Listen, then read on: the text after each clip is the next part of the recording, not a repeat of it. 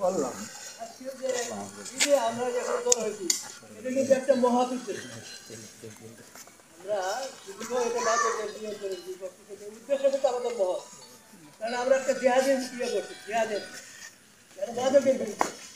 আপনার কথা বুঝে এখন ঘটনা হলো আজকে কিন্তু এই মাদক রাষ্ট্রীয়ভাবে একটা সমস্যা হয়ে দাঁড়িয়েছে।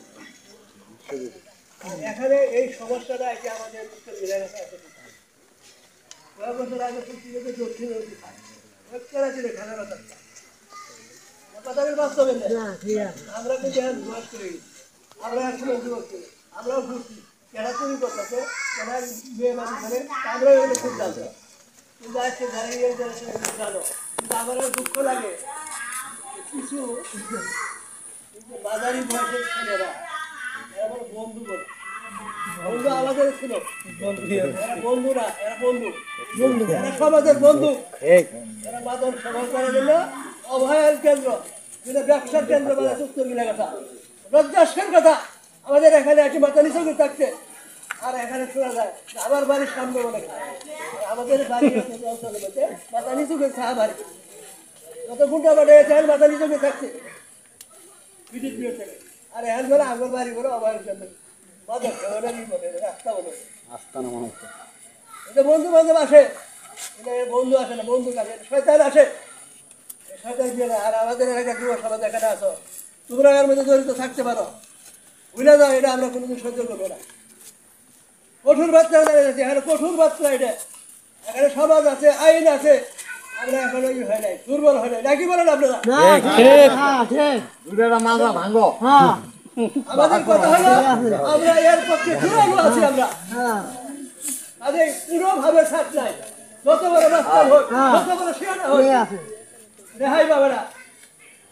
কথা হলো আমার কথা হলো যারা এগুলি সেবন করে তাদেরকে চিহ্নিত করা, এটা চিহ্নিত করতে হলে যুব সমাজের করতে হবে, কারণ আমরা তো আর আমাদের ওই বয়সটাই, তোমরা চিহ্নিত করবে এবং ওই দিনে যে সংশোধনের তার অভিভাবককে বানাবো, যদি না পারে আমরা সামাজিকভাবে আছে, রাষ্ট্রীয়ভাবে, রাজনৈতিকভাবে যে কোনো ভাবে আমরা দমন করার চেষ্টা করবো। আমরা বিন্দু মতো মানে পিছিয়ে পাবো না, দুর্বল যারা মনে করে না। আর যারা অন্যায়কারী যত বড় সবলই হয় ওরা কিন্তু টিকতে পারবে না। এটা বহুত নদীর আছে, হাত দেখায় ধরা বেরিয়ে গেছে, কিবা ধরা বললো এই সাধারণ চিল্লাতে দিতে ধরা বেরিয়ে, ওদের কাছে অস্ত্রও থাকতো, গুলি করা সাহস করে, বহুত ঘটনা ঘটনা। আর এই ইয়ং জেনারেশন, ইয়ং গ্যাং, এই মাদক সেবীরা সারা দেশের মধ্যে প্রশস্ত করতেছে, ঢাকা সিটির মধ্যে বিভিন্ন এলাকায় সবখানে পুলিশ নিয়ন্ত্রণ করতে পারতেছে না।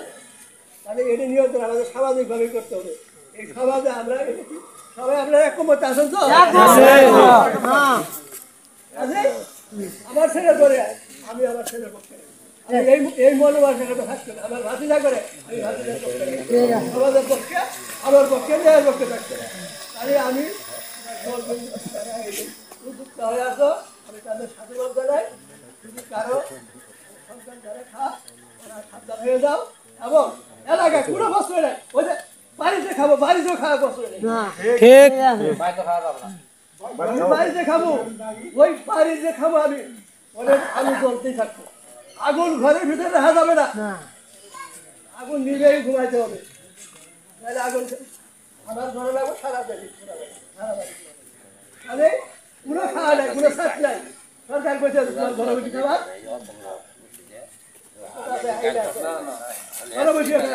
তোমার ছেলে ভালো হলে হবে, তোমার ছেলেকে তুমি দেখা কঠোর কথা, গরম ধর্ম কথা হবে না, তুমি সমাজে কি হয়ে উঠতো।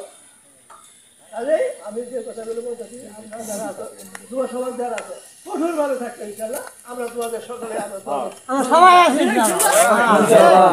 সবাই আছে।